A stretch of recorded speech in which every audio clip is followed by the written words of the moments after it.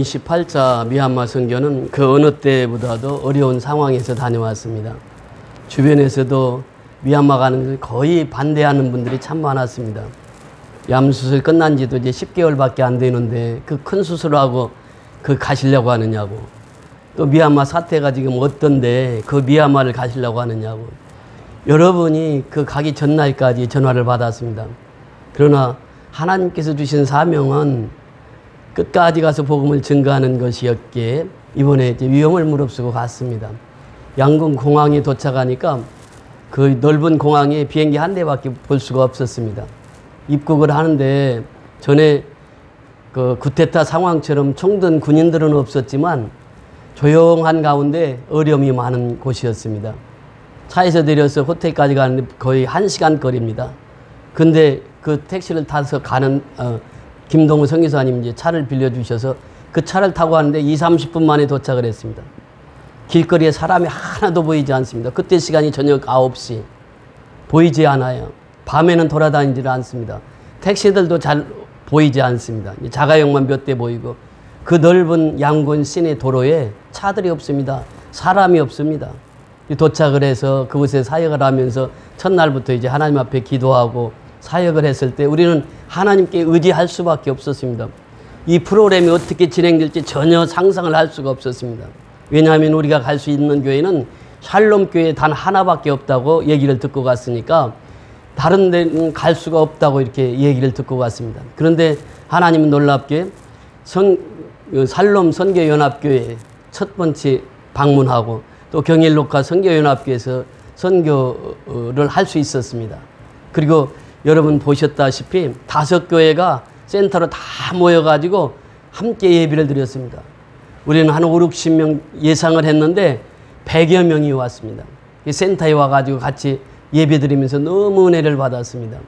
자, 이것이 하나님의 계획이구나. 어렵고 힘들 때 가니까 하나님께서 더 큰 역사를 이루는구나 라고 하는 것을 깨달았습니다. 오늘 본문에 보면 우물가의 여인이 등장합니다. 이 여인에게 예수님께서 나에게 물을 좀 달라 해서 예수님께서 말씀을 먼저 거셨습니다. 그리고 나서 이 물을 먹는 자는, 우물을 가리키면서 이 물을 먹는 자는 영원히 목마르거니와 내가 주는 물을 먹는 자는 영원히 목마르지 아니한다. 그러니까 그 여인이 얘기합니다. 그런 물이 있으면 나에게도 좀 주세요. 그러니까 예수님께서 말씀하십니다. 너 남편 좀 불러오너라. 그러니까 저 남편 없는데요? 내 말이 옳도다. 내 남편이 5 있었지만 다섯하고 다 이혼하고 지금 사는 남편도 내 남편이 아닌 건 내가 다 안다. 그러니까 이 여인이 말합니다. 당신은 선지자로서이다. 그렇게 얘기를 합니다. 그리고 나서 이 여인이 궁금한 것이 예배입니다. 사람은요, 예수를 믿게 되면 제일 먼저 궁금한 것이 예배입니다. 오늘은 제목이 무엇입니까? 신령과 진정으로 예배할지니라. 예배가 가장 중요한 것이에요. 그 당시 솔로몬이 이제 아들이 많았습니다. 3천여 명의 첩과 부인이 있었잖아요. 그러니까 자녀들이 많았어요. 그 중에 이제 르호보암이 나오는 큰 아들이 있었는데, 솔로몬이 초반에는 정치를 하나님을 잘 섬겼는데 후반에 갈수록 이게 이제 하나님을 떠나서 정치를 하다 보니까 솔로몬이 죽고 나서 나라가 2나라로 분리됩니다. 르호보암이 큰 아들이라 이제 맡겼는데 르호보암이 얘기를 합니다. 노인들에게 경청을 하니까 노인들은 좀 가볍게 하라. 아버지가 솔로몬 성전 건축할 때 또 그 왕궁 지을 때 교회 성전 지을 때 얼마나 백성들이 피곤했는지 아느냐. 그러니까 좀 일을 적게 시켜라고 이렇게 노인들이 권면을 하니까 노인들의 말을 듣지 않습니다. 젊은이들에게, 자기 또래에게 묻습니다. 야, 어떻게 통치하면 되겠느냐. 아버지가 일한 것을 10배나 더 강하게 일을 시키면 꼼짝 못하고 다 따라올 거라고. 그래서 강압 정치를 펼칩니다. 이 르호보암이 강압 정치를 펼치면서 낳은 딸이 몇 명이었느냐? 28명, 아들이 60명이었습니다. 그러면서 부인도 1-2명 얻은 것이 아니에요. 아버지 닮아가지고 많은 부인을 얻어가지고 아버지보다도 더 지독하게 통치를 하다 보니까 여로보암을 중심으로 해서 10아들이 이제 그 나라를 다른 곳에 가서 세웁니다. 북이스라엘이라고 나라를 세우게 됩니다. 그래서 이제 나라가 두동강이 나고, 그때에 이제 이스라엘하고 유다 땅 가운데에 사마리아라고 하는 땅이 있습니다. 이 사마리아의 땅은 북이스라엘 편에 있었는데 이 사마리아 땅에는 이제 그림신산이라고 하는 산이 있었습니다. 그 산에다가 예배당을 세웠습니다. 그러면서 유대인들이 우리를 사람 취급 안 하니까 우리는 여기서 예배를 드리자. 그래서 그 예배를 드린 것이 그림신산입니다. 그리고 유대인들은 예루살렘에서 예배를 드립니다. 그래서 어떤 사람이 되었든 해외 나갔던 사람도 6월절이 되면 다 지금도 예루살렘에 모여서 그 예배를 드립니다. 그러니까 그들의 예배는 참 예배는 예루살렘에 있다 이렇게 얘기했습니다. 그러나 사마리아 사람들은 우리가 섬기는 하나님이 참 하나님이시다. 그러면서 그들은 모세의 오경만을 가르쳤습니다. 그러면 선지서를 가르치질 않았어요. 선지서를 가르치면은 이제 그 성전이 예루살렘에 있어야 된다고 하는 것이 들통이 나니까 모세의 오경만 가르쳤어요. 그래서 이 사마리아 여인이 제일 먼저 질문한 것이 무엇입니까? 20절에 같이 보세요. 20절. 오늘 본문 20절 같이 읽습니다. 시작. 우리 조상들은 이 산에서 예배하였는데 당신들의 말은 예배할 곳이 예루살렘에 있다더이다. 제일 먼저 질문한 것이 무엇입니까? 예배입니다. 예배. 그러니까 예배가 그만큼 중요하다는 거예요. 신앙생활에서 예배를 빼면 모든 것이 다 무너집니다. 예배의 성공자는 모든 것에 성공을 할 수 있지만 예배의 실패자는 모든 것에 실패가 됩니다. 이 여인도 그것을 알았어요. 그래서 그는 하나님을 섬기면서 신실하게 그림신산에서 예배를 드렸단 말이죠. 그러면서 그 항상 질문이 있었어요. 아니 우리는 그림신산에서 예배를 드리는데 듣자 하니까 유대인들은 예루살렘 성전에서 예배를 드린다고 하는데 그러면 어떤 것이 진짜인가? 그러면서 그 마음속에 항상 그 마음을 품고 살았습니다. 그래서 우리 조상들은 이 산에서 그러니까 여로보암을 중심으로 해서 이스라엘 그 사람들이 이제 그 사마리아 땅이 그 속해 있었는데 그 사마리아 땅 사람들은 항상 그림신산에서 예배를 드렸단 말이죠. 그래서 그 여인이 얘기하는 거예요. 이 산에서 예배하였는데 당신들의 말은 예배할 곳이 예루살렘에 있다더이다. 지금 이 여인이 예수를 알되 유대인으로서만 아는 거예요. 메시아는 몰랐습니다. 지금까지도 몰라요. 그러면서 예배에 대한 질문을 합니다. 자, 21절 시작. 예수께서 이르시되 여자여 내 말을 믿어라. 이 산에서도 말고 예루살렘에서도 말고 너희가 아버지께 예배할 때가 이르리라. 자, 여자여 내 말을 믿어라. 예수님께서 직접 말씀하시는 거예요. 내 말을 믿어라. 이 산에서도 말고 예루살렘에서도 말고 너희가 아버지께 예배할 때가 이르리라 그래요. 아버지께 예배할 때가 이르리라. 이것은 무엇을 말합니까? 우리가 장소를 떠나서 예배당에서 예배드리는 것도 중요하지만 이제 일터 현장에서도 예배드리는 게 그렇게 중요하다는 거예요. 예배는 장소가 아니라 예배는 드리는 그곳이 중요하다는 것이에요. 그러면서 예수님이 이 말씀을 하셨을 때 그 여인에게는 큰 복음이 되었습니다. 자기는 지금 그림신산에서 예배드리면서 이게 온전한 예배인지 또 예루살렘에서 예배를 가서 드려야 되는 건지 항상 마음에 짐이 있었는데 예수님 그 답을 한 번에 해결해 주신 거예요. 이 산에서도 말고 그림신산에서도 말고 예루살렘 성전에서도 말고 예배할 때가 온다는 거예요. 예배할 때가. 진정으로 예배할 때가 온다 말이죠. 곧 그때가 언제라고요? 이때라 이때라. 때가 이르리라 그래요. 자, 22절 같이 읽습니다. 시작. 너희는 알지 못하는 것을 예배하고 우리는 아는 것을 예배하노니 이는 구원이 유대인에게서 남이라. 그러니까 그림신산에서 예배드리던 자는 예수가 누군지를 잘 몰라요. 가르치질 않으니까. 그런데 유대교에서 그 예루살렘에서 예배드리는 자는 예수가 올 것이다. 메시아가 올 것이다 라는 것을 계속 들어서 알아요. 그러면서 구원은 누구에게서 나온다고요? 유대인에게서 나온다는 게 유대인. 그러니까 예수님은 누구입니까? 유대인으로 오신 분이에요. 그런데 유대인으로 오셨지만 예수님의 오심은 유대인의 순수한 혈통으로만 오신 것이 아니에요. 그 이방인의 피가 섞였습니다. 그러면서 예수님이 구세주로 이 땅에 오신 거예요. 그래서 이 말씀을 그렇게 합니다. 이 신학적으로 상당히 어려운 이 구절인데 그냥 그렇게 하고 넘어갑니다. 자, 23절에 다 같이 읽습니다. 시작. 아버지께 참되게 예배하는 자들은 영과 진리로 예배할 때가 오나니 곧 이때라. 아버지께서는 자기에게 이렇게 예배하는 자들을 찾으시니라. 아멘. 여기 핵심이 있습니다. 23절, 24절은 예배의 핵심이에요.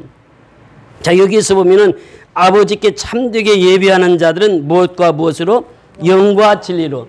옛날 성경에는 뭐라고 되어 있죠? 신령과 진정으로. 그 신령과 진정보다는 영과 진리로. 영이라고, 신령이라고 하는 것은 무엇입니까? 우리가 신령한 제사를 드린다. 그러면 좀 무속적인 이 냄새가 있습니다. 그러나 영이라고 하는 것은 성령을 말하고 있거든요. 영과 진리로. 사실 신령도 성령이시거든요. 신령과 진정으로 예배할지니 이 말씀을 하십니다. 예배할 때가 오나니 곧 이때라. 그래. 이때라. 예수님이 오셔서 이때라. 이제 신령과 진정으로 예배할 때가 곧 이때라 이렇게 말씀하십니다. 그러면서 아버지께서는 자기에게 이렇게 무엇하는 자들을 예배하는 자들을 찾느니라 그래요. 오늘날도 역시 마찬가지입니다. 예배자들을 찾는 거예요.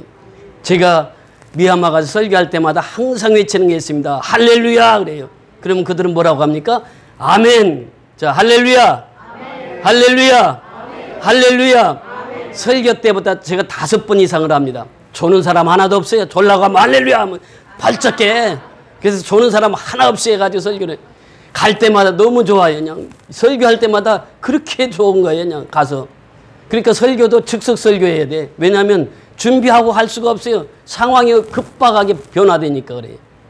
참 거기서 은혜스러운 것이 무엇이었나 하면은 그 제가 마지막 그 특별 찬양한 여기 사진에는 안 나오는데 청년 둘이가 있었습니다. 그 찬양을 하는데 그 찬양 작사 작곡을 누가 했느냐면 범피라고 하는 따로 목사님 큰딸이 했어요. 그 배경을 얘기를 설명을 해주는데 눈물이 왈칵 쏟아지는 거예요. 그 살인자가 그 앞에 살았었는데 그 살인자가 너희들 교회를 비우지 아니하면 내 아내를 강간할 것이고 내 큰딸을 강간하리라. 이 살인자가 와서 매일 얘기하는 거예요. 교회 떠나라. 이 교회 없애버린다. 그래서 결국은 그때 당시에 그 목사님 집안을 저 시골로 이사를 시켰던 거예요. 근데 그가 15살 때 그것을 다 당했어요. 교회에서 예배당에서 교회 지킨다고 있는데 와서 죽인다는 거예요. 그리고 창문을 막 깨뜨리고 교회를 그렇게 하는 거예요. 그런데 그때에 얘가 찬송시를 지었어요. 그게 뭐냐면 요한복음 14장 6절이요. 내가 곧 길이요 진리요 생명이니 나로 말미암지 않고는 아버지께로 올 자가 없느니라. 히브리서 13장 8절 예수 그리스도는 어제나 오늘이나 영원토록 동일하시느니라. 히브리서 9장 27절 한 번 죽는 것은 사람에게 정하신 것이요 그 외에는 심판이 있으리니 이 세 구절을 묵상하면서 15살 먹은 처녀가 그 찬송 작사 작곡을 한 거예요. 그것을 부른 것이 맨 나중에 특송을 부렸던 그 두 청년이 그 딸이 작곡한 그 특송을 부른 거예요. 그 딸이 지금도 25곡 이상을 찬송을 했는데 전에 한번 제가 틀어드렸습니다만 그렇게 지금 18살인데 그 찬송과 작곡을 그렇게 하고 있어요. 그리고 자기가 직접 또 노래를 불러.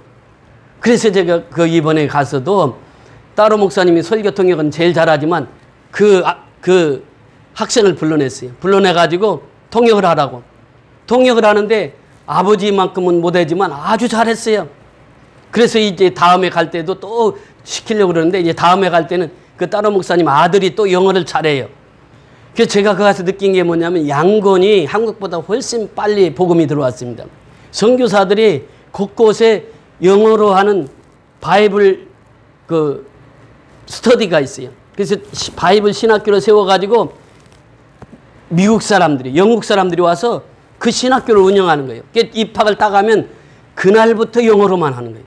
그러니까 제 범피라고 하는 학생이 2년 동안 거기서 공부를 하는데 이 머리가 좋아가지고 7개월 공부하고 고등학교 그 졸업장을 따버렸어요. 우리나라로 말하면 뭐라고 그러죠, 그걸? 검정고시를 패스를 한 거예요. 7개월 만에. 그래서 그 졸업장을 따고 지금 대학생이 됐어요. 그래서 통신으로 대학을 하는데 그 양곤에 보니까 그런 잉글리시 바이블 스터디 할 수 있는 곳이 많아요. 그래서 그 학생들을 그렇게 가르치니까 그냥 우리가 선교한데 내가 처음 가서 만났을 때 10살이었거든. 이 꼬마였어요. 그 초등학교 3, 4학년밖에 안 됐거든. 그런데 8년이 지나니까 벌써 그렇게 다 커가지고 키도 나보다 더 크더라고 보니까. 내 통역을 다 한 거예요, 걔가. 그러면서 느낀 것이 뭐냐면 하나님께서 복음의 씨앗을 심으면 반드시 열매가 맺는다는 거예요. 그뿐만이 아닙니다. 그 아들도 이제 내년에 가면 그 아들 보고 통역을 시키려고 그러는데 그 아들들이 있죠. 또 경일녹화에 장로님 이제 수양딸을 삼은 13살 먹은 치타라고 하는 아이가 있어요. 그 딸을 이제 이번에 입학을 시켰거든요. 김동호 선교사님 센터에 입학을 시키고 이제 걔도 이제 거기 한 1년 있다가 그 따로 목사님 그 딸이 배운 신학교로 보내려고 그래요. 그래서 이제 영어를 배워가지고 이제 한 2, 3년 되면 통역할 수 있게끔. 그런데 그게 가능하더라는 거예요, 이번에. 그게 얼마나 감사했는지. 그리고 이제 우리가 양곤 갑창교회를 못 간 지가 4년, 5년 됐습니다. 근데 그 성도들을 못 만났잖아요. 이번에 만나리라고 상상도 못 했습니다. 도순교회도 예배당을 잘 재놨는데 거기도 가서 못 만났어. 그런데 그 성도들이 다 왔어, 이번에. 다 와가지고 그 센터에 다 와가지고 그 예배드린 과정 보셨잖아요. 얼마나 감격스러웠는지요. 그래서 하나님께서는 어려움이 있는 그곳에 가서 선교를 할 때 하나님께서 그렇게 큰 역사를 이루게 하신 줄 믿습니다. 그래서 예배는 신령과 진정으로 드리는 거예요. 영적인 예배라고 하는 거예요. 진리라고 하는 것은 예수님께 드리는 예배입니다. 그러면서 24절에 또 그렇게 말씀하십니다. 24절 시작. 하나님은 영이시니 예배하는 자가 영과 진리로 예배할지니라. 자, 25절 26절 같이 읽습니다. 여자가 이르되 메시아 곧 그리스도라 하는 이가 오실 줄을 내가 아노니 그가 오시면 모든 것을 우리에게 알려주시리라. 예수께서 이르시되 내게 말하는 그가 내가 그라. 내가 그라. 내게 말하는 내가 그라. 메시아라는 거예요. 예수라는 거예요. 하나님의 아들이라는 거예요. 내가 찾고 있는 그 사람이 바로 나다. 예수님이 직접 말씀하신 거예요. 그래서 이 예수님께 예배드리는 것이 이게 진정의 예배예요. 성령님께 예배드리는 것이 신령의 예배예요. 그러니까 신령은 성령님께서 받으시는 예배예요. 또 진리의 예배라고 하는 것은 예수님께 드리는 예배다. 그러니까 신령과 진정으로 예배드려야 된다. 오늘날도 역시 마찬가지입니다. 예배는 뭐냐? 내가 죽고 성령께서 이 예배를 주관하셔야 돼요. 그 예배는 내가 산 제물이 되는 것입니다.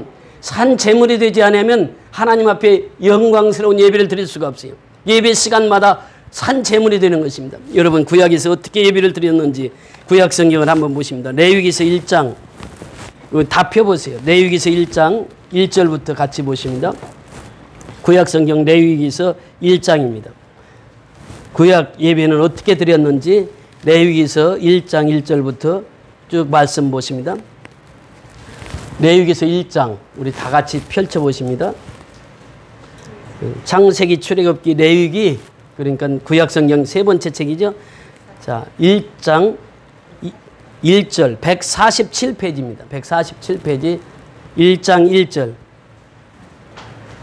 자, 같이 합독하십니다. 1절만. 여호와께서 회막에서 모세를 부르시고 그에게 말씀하여 이르시되 이 회막이라고 하는 것은 오늘날 어디입니까? 예배당, 교회단 말이죠. 회막이라고 하는 것은 그때 미팅 프레스라 즉 하나님을 만나는 장소다라고 하는 것이죠. 교회는 하나님을 만나는 장소예요. 2절 같이 보십니다. 시작. 이스라엘 자손에게 말하여 이르되 너희 중에 누구든지 여호와께 예물을 드리거든 가축 중에서 소나 양으로 예물을 드릴지니라. 여기서 핵심은 무엇입니까? 누구든지에다 동그라미 쳐보세요. 누구든지 여호와께 제물을 드리려거든.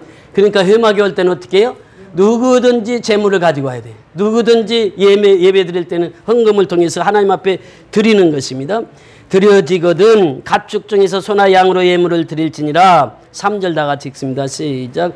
그 예물이 소의 번제이면 흠없는 수컷으로 회막문에서 여호와 앞에 기쁘게 받으시도록 드릴지니라. 여기서 그라고 하는 단어는 원문에 보면 그는 그렇습니다. 그러니까 그는 누구냐 하면 예배자예요. 예배자.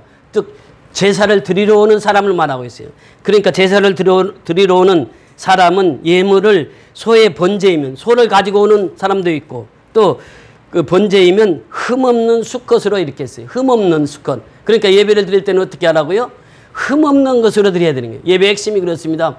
옛날 어르신네들을 보면은 예배당에 갈 때는 항상 그때 1,000원짜리 나올 때 1,000원짜리 지폐 있을 때 다리미로 쫙 다려가지고 똑같은 돈이지만 다리미로 다려가지고 그것을 정성껏 준비해가지고 하나님 앞에 드립니다. 제가 아는 그 이만신 목사님도 그때 같이 그 노년에 같이 다녔는데 그분은 11조를 항상 이 새 돈으로 바꿔요. 바꿔가지고 그 지갑에다 11조를 딱 넣어가지고 성경에다 넣어가지고 매 주일날 하나님 앞에 드립니다. 그러니까 이 돈을 들여도 깨끗한 돈. 이번에 미얀마 가서요. 달러를 가지고 왔는데 달러가 제가 이제 깨끗한 걸로 달라고 그래서 깨끗했거든. 근데 이게 한 번 접혔어. 접혔더니 접혔다고 그래서 30% 깎아야 된대. 에이, 그래 가지고 와버렸어. 그 장로님 가지고 와버렸어. 그 30%를 깎아버리냐. 새 돈이 아니면. 새 돈인데도 이거 한 번 접혔다고 30%를 깎는 거예요. 그래서 아, 이거 안 바꾼다. 한국 가서 새 돈 다시 바꿔 가지고 온다고. 하나님 앞에 예배 드릴 때도 역시 마찬가지. 이 정성이거든, 우리가. 여기 보면 흠없는 것으로 예배 드린다고 하는 것은 정성입니다, 정성. 우리의 정성을 드리라 말이에요, 이게 예배 시간마다. 그래서 흠없는 숫것으로 회막문에서 누구 앞에? 여호와 앞에. 고람되오예요, 고람되오. 지금 하나님, 우리가 예배를 누구 앞에 드립니까? 하나님 앞에 드린다, 하나님 앞에. 이 그 구약에 보면요, 얼마나 철저하게 예배를 드렸는지 몰라요. 하나님 앞에. 지금 우리가 다 하나님 앞에 서 있단 말이죠. 하나님 앞에 기쁘게 받으시도록 드릴지니, 자, 4절 다 같이 읽습니다. 시작. 그는 번제물의 머리에 안수할지니 그를 위하여 기쁘게 받으심이 되어 그를 위하여 속죄가 될 것이니라. 그는 누구라고요? 예배자란 말이죠. 그러니까 양이나 소를 가지고 온 사람이요. 그 사람이 어떻게 한다고요? 그 번제물에 또 어떻게 한다고요? 머리에 안수할지니, 또 구약에 보면 이제 제사장이 머리에 안수하는 경우도 있는데 대부분은 제사를 드리는 사람이 머리에다 안수합니다. 자기 소에다가, 자기 양에다가 이 머리에다 안수를 해요. 안수를 하고 어떻게 하라고요? 안수할지니 그를 위하여 기쁘시게 받으심이 되어 그를 위하여 속죄가 될 것이라. 그래서 자기 죄를 다 전가시키는 거예요, 안수해서. 자, 5절 보십니다. 시작. 그는 여호와 앞에서 그 수송아지를 잡을 것이요 아론의 자손들은 그 피를 가져다가 회막문 앞에 제단의 사방에 뿌릴 것이며. 그러니까 그는 누구라고 그랬습니까? 예배자요. 그 재물을 가지고 온 사람, 이 사람 어떻게 한다고요? 그 수송아지를 어떻게 한다고요? 잡을 것이요. 이게 원문에 보면 목을 칼로 치다, 목을 칼로 쳐서 죽이다, 그런 뜻이에요. 그러니까 그 재물을 누가 죽인다고요? 가지고 온 사람, 예배자가, 즉 제사 드리는 사람이 칼로 목을 쳐서 그 짐승을 잡아요. 그러면 제사장은 어떻게 합니까? 아론의 자손 제사장들은 그 피를 가져다 어디에다가 뿌려요? 회막문 앞 제단의 사방에 뿌릴 것이며. 그는 누구예요? 또 이제 예배자란 말이죠. 제사 드리는 사람이요. 그는 또 그 번제물에 무엇을 벗기고 가죽을 벗기고 무엇을 뜰 것이고 각을 떠라 그래요. 여기서 무엇을 말하고 있습니까? 여기서 보면은 가죽을 벗긴다는 것은 뭐예요? 우리가 이 하나님 앞에 설 때는 우리의 모든 가면을 벗어버리라는 거예요. 모든 가면을 벗으라는 거예요. 그러니까 우리가 예배자로 올 때 저는 그걸 구분을 안 합니다. 부자나 가난한 자나 많이 배운 사람이나 적은 사람이 예배당에서는 그렇게 해야 된다는 거예요. 초대교회는 어땠습니까? 초대교회 그 거지가 오면 너 예배당에 오지 마. 그리고 금가락지 끼고 온 사람은 당신 돈 많으니까 맨 앞에 앉아. 이랬단 말이에요. 이게 예배의 자세가 아니라는 거예요. 예배는 금가락지 끼고 오든 거지가 들어오든 똑같이 예배당 다 들어올 수 있는 권리가 있어요. 제가 미국에 갔을 때 보니까 흑인 교회와 백인 교회가 지금도 나눠서 예배를 드립니다. 그러니까 백인 교회는 흑인들이 못 들어가. 예배당에 못 들어가게 한다니까. 그러니까 지금은 이제 못 들어가기는 안 하지만 흑인들이 별로 없어. 또 흑인 교회 백인이 별로 없습니다. 거의 다 흑인들만 예배를 드려요. 백인들만 예배 드리고. 그런데 하나님이 원하시는 건 뭐예요? 흑백이 같이 예배 드리라는 거예요. 섞어서 같이 드리라는 거예요. 우리나라도 역시 마찬가지입니다. 큰 교회는 장애인들만 따로, 장애우들만 따로 예배를 드려요. 근데 우리 교회는 그것을 저는 원하지 않았습니다. 따로 드리다 보면은 그분들까지는 교제가 될지 모르지만 정상적인 교인들하고는 교류가 안 돼. 우리는 항상 같이 예배 드리는 걸 원해요. 장애우가 됐든 정상인이 됐든 함께 예배 드리는 것이 교회라는 거예요. 여기서 보면 구분을 두지 않아요. 가면 벗으라는 거예요. 이 사람은 가면을 많이 쓰고 삽니다. 마스크라고 하죠. 가면 벗으라는 거예요. 예배 시에는. 그래서 여기에서 가죽을 벗기고 각을 뜰 것이며, 자, 이제 제사장의 역할이 나오죠. 7절부터 9절까지입니다. 7절부터 9절까지 시작. 제사장 아론의 자손들은 제단 위에 불을 붙이고 불 위에 나무를 버려놓고 아론의 자손 제사장들은 그 뜬 각과 머리와 기름을 제단 위에 불 위에 있는 나무를 버려놓을 것이며 그 내장과 정강이는 물로 씻을 것이요 제사장들은 그 전부를 제단 위에서 불살라 번제를 드릴지니 이는 화제라 여호와께 향기로운 냄새니라. 여기서 9절에 보면은 그라고 하는 자가 있죠. 여기도 원문에 보면 그는 그럽니다. 누가요? 제사 드리는 사람. 그 사람이 어떻게 한다고요? 내장과 정강이는 물로 다 씻어. 자, 그리고 이제 예배를 제사를 다 드리고 갑니다. 자, 드리고 가면 하얀 옷을 입고 와서 예배를 제사를 드리는데 갈 때는 어떻게 했어요? 그 옷이 피투성이가 되는 거예요. 피투성이가 되고 정강이랑 이런 이 소의 내장들을 씻는 것은 그냥 씻어지지 않거든. 소금 넣고 그냥 빡빡 씻어야 돼. 그걸 다 제사 드리는 사람이 있단 말이죠. 그러니까 그렇게 하나님 앞에 제사를 드리고 돌아갈 때는 온 옷이 다 피투성이가 됐을 거예요. 그런데 그 피투성이가 돼가지고 집에 돌아갈 때 그들은 어떻게 했습니까? 아주 기쁨이 충만했다는 거예요. 오늘날도 역시 마찬가지예요. 피해 제사입니다. 예배는 피해 제사예요. 우리가 이 번제라고 하는 것은 뭐냐? 이렇게 다 잡아서 제사장이 하는 역할은 이제 나무에다 각을 다 떠서 제사 드릴 사람이 떠서 주면은 그걸 갖다가 번제단 위에다 올려놓고 불 피워가지고 그 향기로운 제물을 하나님 앞에 다 온전히 다 태우는 것입니다. 그 예배는 무엇이냐? 산 제물이 돼야 된다는 거예요. 내가 산 제물이 되는 거예요. 그러니까 내 자신을 온전히 태워서 하나님 앞에 드리는 것이 이것이 예배라는 이것이 번제입니다. 그래서 우리가 레위기에 보면 제사가 5대 제사가 있습니다. 첫째는 번제입니다. 이 번제라고 하는 것은 산 제물로 하나님 앞에 드린다는 것이요. 소제라고 하는 것은 무엇입니까? 이게 가난한 사람들이 곡식 농사를 지었어요. 곡식을 가지고 와서 그걸 빻니다. 우리가 떡을 해 먹을 때 그걸 확독에다가 팍팍 갈잖아요. 갈아가지고 완전히 가루가 돼야 돼. 가루가 돼서 하나님 앞에 드리는 것입니다. 이것은 희생의 의미가 있어요. 그래서 우리가 희생과 충성인데 이 고린도전서 4장 2절에 보면 우리가 맡은 자에게는 구할 것을 뭐라고 그랬죠? 충성. 그 소제는 충성을 의미해요. 번제는 내가 산 제물로 드린다는 거죠. 그러므로 내 사랑하는 형제들아 내가 하나님의 모든 자비하심으로 너희를 권하노니 너희 몸을 하나님이 기뻐하시는 거룩한 산 제물로 드리라. 이는 영적 예배니라. 이것이 신령한 예배라는 거예요. 그러니까 이 번제는 그렇게 산 제물로 나를 드리는 것이고 또 소제는 뭐예요? 희생과 충성이라는 거예요. 그 다음에 이제 속죄제가 있습니다. 속죄제라고 하는 것은 내 죄를 하나님 앞에 다 드리는 거예요. 그러니까 요한일서 1장 9절에 보면 만일 우리가 우리 죄를 자백하면 저는 미쁘시고 의로사 우리 죄를 사하시며 우리를 모든 죄에서 건지시는 하나님이시란 말이죠. 그러니까 이 속죄제는 내 죄를 하나님 앞에 다 고하는 거예요. 그 다음에 속건제가 있습니다. 속건제라고 하는 것은 뭐냐? 속건제는 이웃에 위해서 드리는 제사예요. 이웃의 잘못을 위해서 내가 제사를 드리는 거예요. 이웃을 위해서 내가 제사를 드리는 것이 속건제 제사입니다. 그리고 마지막 화목제가 있어요. 화목제.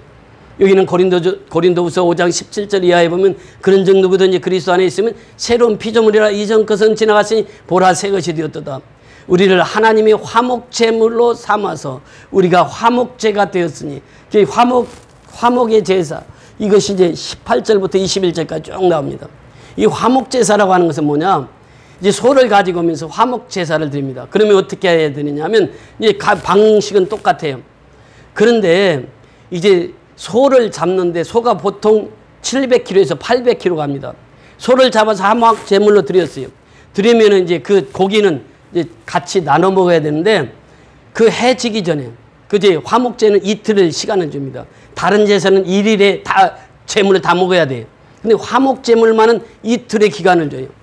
그러면 이제 그 제사장에게 앞다리살을 갖다 줘야 돼. 그리고 뒷다리살을 갖다 줘야 돼. 그러니까 제사장이 갖다 주고 나면 거의 300kg에서 400kg가 남아요. 그러면 제사 드린 사람이 혼자가 이틀 만에 소 300kg를 먹을 수 있어요? 없어요? 못 먹어. 그러니까 어떻게 해야 돼요? 그 잡으면은 이제 먹을 사람을 다 찾아야 돼. 그러니까 주변에 있는 사람들에게 다 나눠줘야 돼. 이것은 나눠줄 때 어떻게 나눠줘요? 부자에게만 나눠주겠어요? 가난한 사람, 내가 원수 지은 사람, 나하고 사이가 안 좋은 사람까지 다 나눠줘야 돼. 300kg를 다 나눠 먹어야 돼. 그걸 나눠서 먹지 못한다 그러면 그 재물이 하나님께 상답이 안 된다고 이렇게 됐거든. 그러니까 이틀 안에 고기 300kg를 다 나눠서 먹어야 돼. 그렇게 화목제를 드린다고 하는 것은 이제 이웃과 함께 원수지지 말라는 거예요. 그러니까 화목 그 말 그대로입니다. 화목제사를 한번 드렸다면은 모든 동네 사람들이, 이웃 동네 사람들이, 저 넓은 더 떨어진 동네 사람까지 다 고깃국을 먹을 수 있어요. 왜냐하면 그날 안에 안 먹으면은 이 하나님 앞에 드려지는 화목제가 될 수가 없으니까. 그래서 다 먹어요. 그래서 이 5가지의 제사가 있습니다. 구약에. 그래서 오늘날 보면은요, 이 5가지 제사를 통해서 하나님께서 원하시는 것이 뭐냐? 신령과 진정의 예배라는 거예요. 하나님 앞에 드리는 예배는 영적인 예배가 되고, 그 다음에 말씀의 예배가 돼야 된다는 거예요. 신령과 진정은 항상 같이 다닙니다. 그래서 오늘 말씀의 제목이 무엇입니까?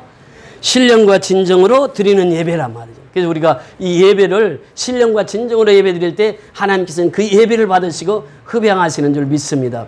여러분들 기도해 주신 덕분에 이렇게 미얀마를 잘 다녀올 수 있었고, 우리가 한국에서나 미얀마에서나 우리가 예배를 신령과 진정으로 예배 드리면 반드시 사람은 변화가 되고, 또 복음을 심는 곳에 반드시 열매가 맺게 되는 줄 믿습니다. 아무쪼록 여러분들이 신령과 진정으로 예배를 드려서 많은 열매를 맺어 하나님 앞에 영광 돌리는 저와 여러분이 다 될 수 있기를 주의 이름으로 축원을 드립니다.